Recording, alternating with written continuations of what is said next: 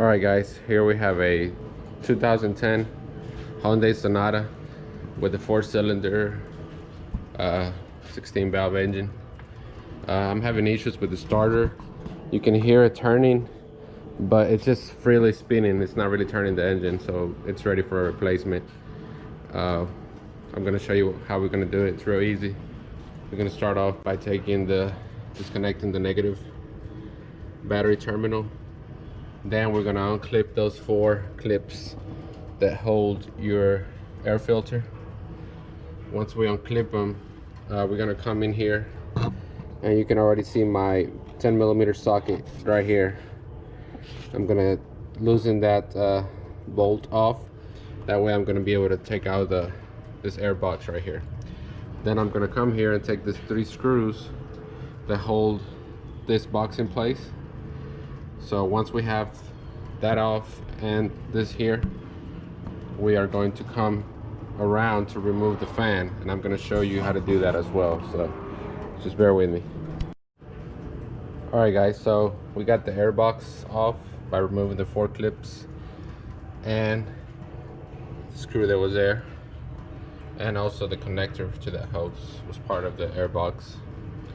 We went ahead and removed this 10mm bolt and this one here, because we're going to take this fan out. We're going to take it out.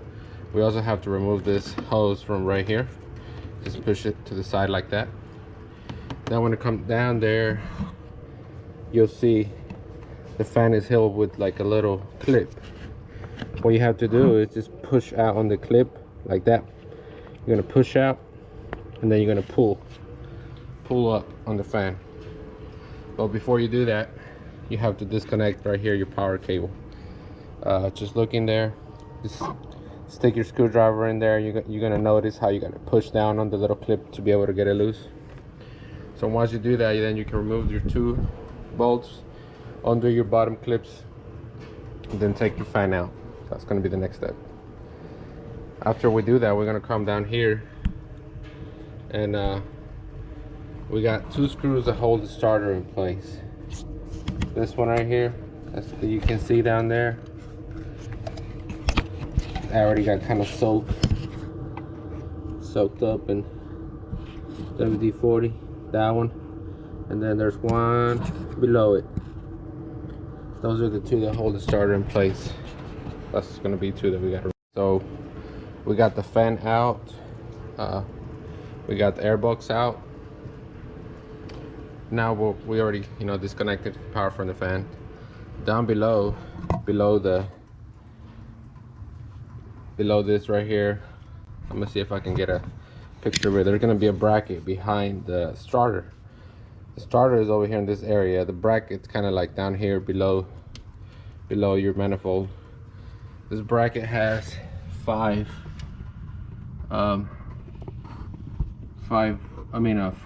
bolts.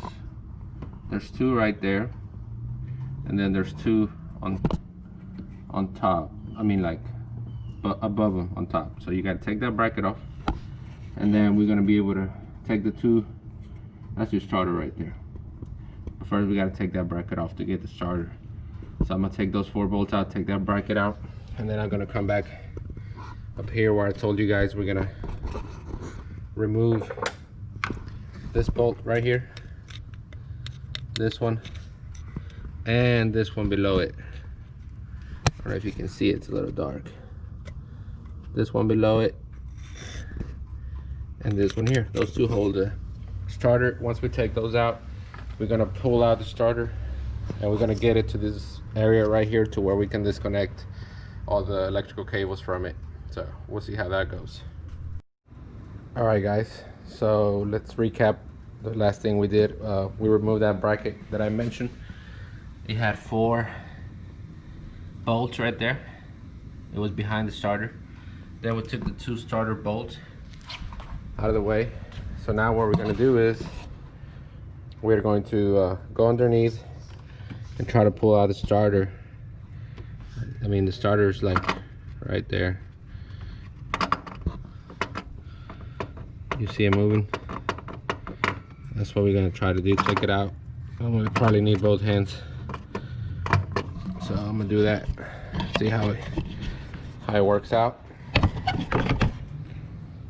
Go underneath here and see if I can pull it back to try to get it out, and then we can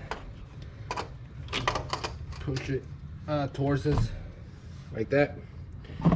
So I pushed it out right there. All we have to do is remove that clip and the two nuts that hold the cables to the starter, and that's it. We got it. That's all we got to do. So I'm gonna do that right now, then we go from there.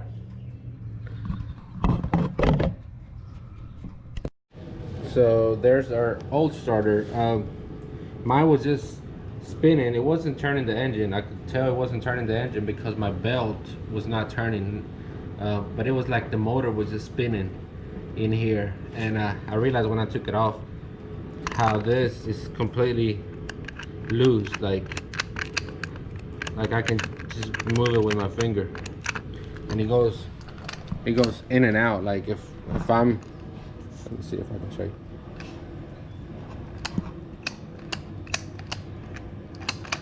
You see how it's all loose and just easy to moves in and out really easy. That's probably what my problem was, because I noticed that my new one here, this is my new one, when I touch the inside of the teeth, it's really a lot harder to turn, and it doesn't move in and out freely like this one does. So that was probably my main problem.